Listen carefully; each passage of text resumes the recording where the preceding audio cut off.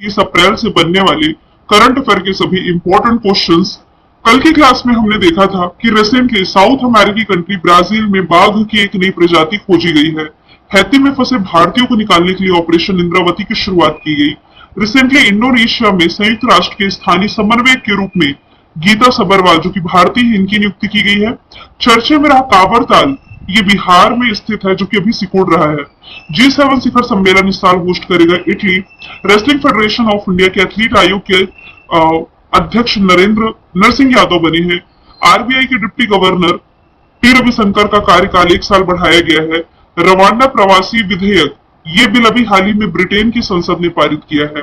21वां Irish film और TV अकादमी का सर्वश्रेष्ठ अभिनेता अवार्ड मिला है ओपनहाइमर के अभिनेता सिलियन मर्फी को। और मेदांता गुरुग्राम हॉस्पिटल लगातार 5वें वर्ष भारत का सर्वश्रेष्ठ प्राइवेट हॉस्पिटल का अवार्ड इसने जीता है। चलिए शुरू करते हैं आज का हमारा पहला सवाल। हाल ही में चर्चा में रही नीलगिरी तहर परियोजना, ये किस राज्य से संबंधित है या किस राज्य सरकार के द्वारा ये पहल की शुरुआत की गई है? आंसर इसका हो जाएगा तमिलनाडु, ऑप्शन नंबर ए। ये जो नीलगिरी है ना, ये तमिलनाडु का राजकीय पशु भी है। तो नीलगिरी के संरक्षण के लिए तमिलनाडु सरकार की ये पहल है, जिसे नाम दिया गया है प्रोजेक्ट नीलगिरी। जो IUCN है, यानी कि international union for conservation of nature, इसके तीसरे पक्ष के पर्यवेक्षक के रूप में इसके 3 दिन की, यानी कि 3 दिवसीय सिंक्रोनाइज नीलगिरी तहर जनगणना की शुरुआत की जानी है, जो कि 29 अप्रैल से शुरू हुई है।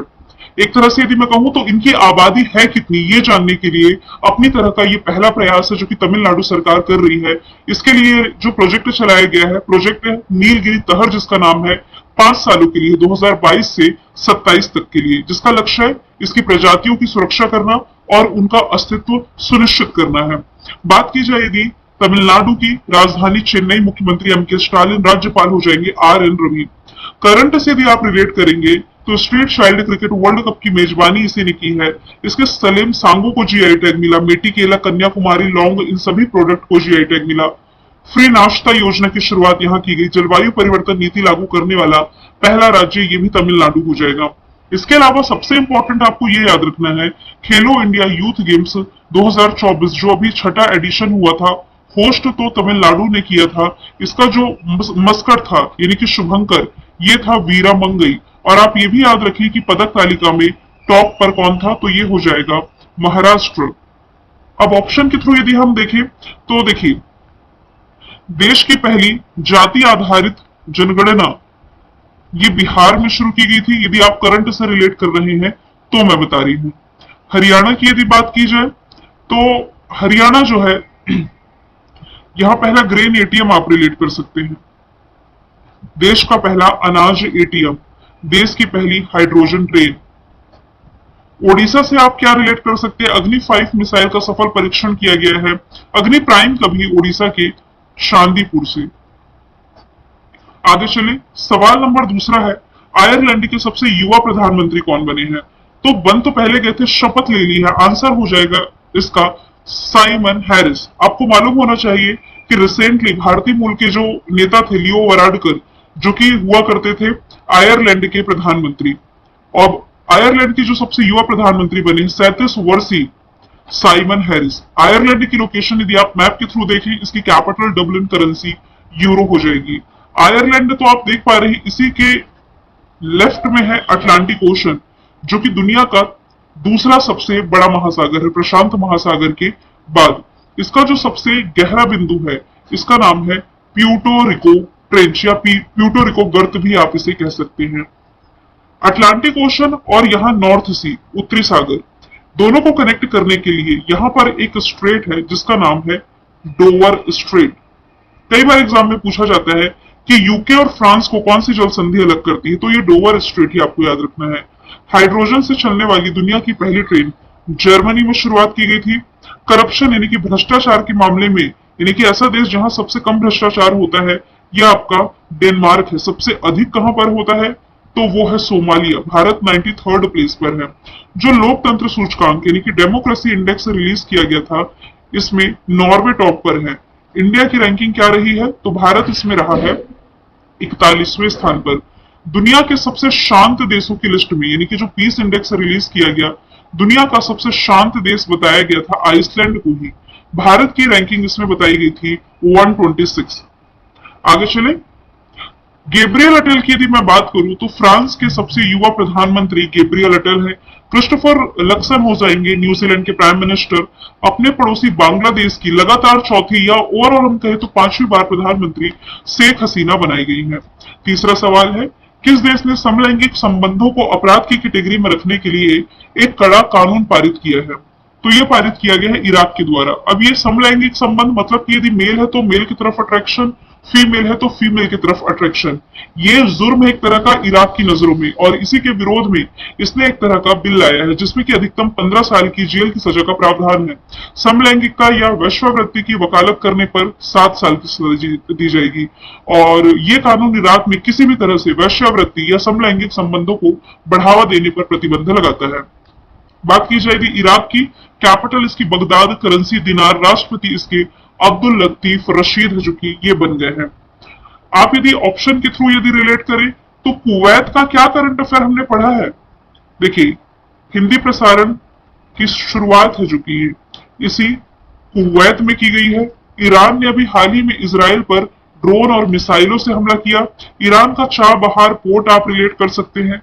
इसके अलावा ओमान की लोकेशन यदि आप देख पा रहे हैं तो ओमान और भारत के बीच में एक एक्सरसाइज होती है जिसका नाम हो जाएगा नसीम अल बहर। पहली हवाई टैक्सी की शुरुआत इसी यूएई में की गई है। कतर की यदि मैं बात करूं तो लास्ट ईयर का फीफा मेंस वर्ल्ड कप इसी ने होस्ट किया था। तुर्की से भारतीयों को निकालने के लिए एक ऑपरेशन चलाया गया था, जिस ऑपरेशन का नाम आप रिलेट करेंगे तो ये हो जाएगा ऑपरेशन दोस्त। अजरबैजान से आप रिलेट कर सकते हैं, जलवायु परिवर्तन को लेकर होने वाली बैठक COP29 2024 की जो है ये इस साल अजरबैजान ही होस्ट करने जा रहा है। आगे चले, ब्रिटेन ने अभी हाल ही में रवांडा प्रवासी विधेयक ये लाया है, मैं आपको बता चुकी हूँ। अमेरिका का एक गन कंट्रोल विधेयक चर्चे में था। हालांकि आप सैन्य व्यय रिपोर्ट रिलीज कर सकते हैं। सैन्य व्यय के मामले में जो देश टॉप पर है, जो अपनी सेनाओं पर सबसे ज्यादा पैसे खर्च करता है, इसमें भारत चौथे स्थान पर, अमेरिका रहा है टॉप पर। ऑस्ट्रेलिया में देखिए, ऑस्ट्रेलिया के साथ भारत ने फ्री ट्रेड एग्रीमेंट तो किया ही है, यहाँ पर नया वर्किंग लॉ बिल है जो कि ये लाया गया। आगे चले, सवाल नंबर चौथा है, हाल ही में वैश्विक मीडिया पुरस्कार 2024 किसने जीता है? ये जीत लिया सना ने। सना जिनकी इमेज आप देख पा रहे हैं, एक तरह की एआई न्यूज एंकर है। इंडिया टुडे ग्रुप ने 2023 में सना को भारत की पहली एआई एंकर के रूप में पेश किया था। ये एक बहुभाषी यानी कि कई लैंग्वेजेस बोल सकती है और बहुमुखी रिपोर्टिंग क्षमताओं के कारण एआई के अत्याधुनिक उपयोग को इन्होंने दिखाया है दुनिया के सामने, और अपनी इस रिपोर्टिंग के लिए ये अवार्ड जीत लिया है।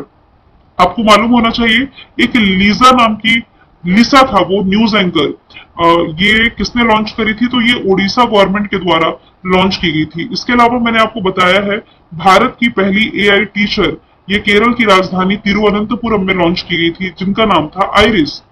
रवीश कुमार की यदि मैं बात करूं तो देखिए, एशिया का नोबल कहा जाने वाला जो रैमन मैग्सेसे अवार्ड है, ये रवीश कुमार को मिल चुका है। इनकी पत्रकारिता के क्षेत्र में ये मिला था 2019 में। पत्रकारिता के ही क्षेत्र में आप कह सकते हैं चमेली देवी जैन पुरस्कार। कई बार एग्जाम में पूछा जाता है चमेली देवी जैन पुरस्कार किससे संबंधित है? पत्रकारिता से रिलेटेड है। 2 लोगों ने जीता है, ग्रीष्मा ठाकुर, ऋतिका चोपड़ा ने। 5वां सवाल है, किस राज्य यूटी की जो ब्रू जनजाति है लोकसभा में पहली बार ये भाग लेने जा रही है? तो आंसर इसका हो जाएगा Tripura, option number D. Bru प्रवासी पहली बार त्रिपुरा मतदाता के रूप में लोकसभा में भाग लेने जा रही है। मिजोरम के लगभग 37,000 ब्रू प्रवासी जो कि अब त्रिपुरा में बसे हुए हैं, उन्होंने लोकसभा में अपना वोट डाला है। उन्होंने पहली बार त्रिपुरा के मतदाता के तौर पर लोकसभा चुनाव में वोट डाला। मिजोरम में जाति संघर्ष जब शुरू हुआ था, इसके बाद लगभग 37,000 ब्रू प्रवासी चले गए थे, और यह पूर्वोत्तर भारत में अब तक का सबसे बड़ा आंतरिक विस्थापन यानी कि यहाँ के लोग विस्थापित होकर के किसी अन्य देश की शरण नहीं लिए हैं, देश से गए हैं और देश में ही मतलब एक स्थान छोड़ करके दूसरे स्थान में बस गए। इसे हम कहेंगे विस्थापन तो है, लेकिन ये देश के अंदर का यानी कि आंतरिक विस्थापन है। बात की जाए त्रिपुरा की, राजधानी अगरतला, मुख्यमंत्री माणिक साहा, राज्यपाल हो जाएंगे Indrasena Reddy. Clouded leopard national park यहीं पर है। ये सवाल आपके एमपीपीएससी प्रीलिम्स का पार्ट बन चुका है। मणिपुर की मेइती समुदाय जो हिंसा जो हुई थी ना मणिपुर में, उसके कारण चर्चे में थी। लक्षद्वीप में आप रिलेट कर सकते हैं एचडीएफसी ने अपना पहला ब्रांच ओपन किया है, मतलब ऐसा पहला प्राइवेट बैंक है जिसने कि अपना ब्रांच ओपन किया है लक्षद्वीप में। अंडमान निकोबार में अभी हाल ही में शोम्पेन जनजाति ने लोकसभा चुनाव में पहली बार वोटिंग करी है। आगे चलते हैं, किस भारतीय क्रिकेटर को टी20 के लिए ब्रांड एम्बेसडर ये राजदूत बनाए गए हैं? आंसर है युवराज सिंह। देखिए, किस भारतीय क्रिकेटर पूछा जा रहा है तो युवराज सिंह है। इसके पहले मैंने आपको बताया है कि उशेन बोल्ट भी एम्बेसडर बनाए गए हैं, ये जमैका के प्रसिद्ध धावक हैं। रोहित शर्मा ये कैप्टन होंगे टी20 वर्ल्ड कप के लिए, जो कि अमेरिका और वेस्ट इंडीज होस्ट करने जा रहा है। महेंद्र सिंह धोनी जर्सी नंबर 7 इन्हीं के नाम पर रिटायर की गई है, मतलब कि इनके नाम की ये जर्सी अब किसी और को अलॉट नहीं की जाएगी। सचिन तेंदुलकर के नाम पर जर्सी नंबर 10 रिटायर की गई थी। तो यही दो ऐसे खिलाड़ी हैं जिनके नाम से इनकी जो जर्सी थी ये रिटायर करार की गई है। अगला सवाल है, हाल ही में द विनर माइंडसेट जो किताब लिखी गई है, इसके लेखक कौन हो जाएंगे? तो इसके लेखक हो जाएंगे Shane Watson. Option number B इसका राइट आंसर है। सेन वॉटसन किस कंट्री से बिलोंग करते हैं? तो ये बिलोंग करते हैं ऑस्ट्रेलिया से। इसे मैं लिख देती हूं। तब तक मैं अदर ऑप्शन की यदि बात करूं, यदि मैं बात करूं राहुल द्रविड़ की, तो राहुल द्रविड़ की एक ऑटोबायोग्राफी है जिसका नाम है टाइमलेस स्टील। ठीक है। और सचिन तेंदुलकर, मास्टर ब्लास्टर सचिन तेंदुलकर, इनकी एक ऑटोबायोग्राफी है जिसका नाम है प्लेइंग इट माई वे। और सौरव गांगुली की भी एक ऑटोबायोग्राफी है जिसका नाम है A Century Is Not Enough. ये बीसीसीआई के अध्यक्ष भी रह चुके हैं ना सौरव गांगुली। आठवां सवाल है, गोल्डमैन पर्यावरण पुरस्कार 2024 का किसने जीता है? तो आलोक शुक्ला इसका राइट आंसर हो जाएगा। छत्तीसगढ़ के ये पर्यावरण कार्यकर्ता है और छत्तीसगढ़ बचाओ आंदोलन के संयोजक आलोक शुक्ला जिन्हें यह अवार्ड मिला है। गोल्डमैन पर्यावरण पुरस्कार जिन्हें ग्रीन ग्लोबल के नाम से, सॉरी माफ कीजिएगा मैंने गलती से ग्लोबल कह दिया, इसे ग्रीन नोबल के नाम से जाना जाता है। दुनिया भर में जमीनी स्तर के पर्यावरण चैंपियंस को यह प्रदान किया जाता है, जो कि अभी मिला है आलोक शुक्ला को। रतन टाटा जी की यदि मैं बात करूं तो इन्हें Kalinga institute of social science के द्वारा किस मानवतावादी पुरस्कार से सम्मानित किया गया? असम वैभव अवार्ड जो इस साल का है, इससे सम्मानित किए जाने हैं देश के पूर्व यानी कि सुप्रीम कोर्ट के जो मुख्य न्यायाधीश है रंजन गोगोई जी, इन्हें रिकेन यामामाटू तो प्रिजर पुरस्कार जो है आर्किटेक्चर के क्षेत्र का नोबल इसे हम कहते हैं, ये जीता है रिकेन यामामोटो ने, जापानी वास्तुकार हैं। नवा सवाल है, भारतीय वायुसेना और भारतीय नौसेना में किस प्रकार की मिसाइलें शामिल की गई हैं?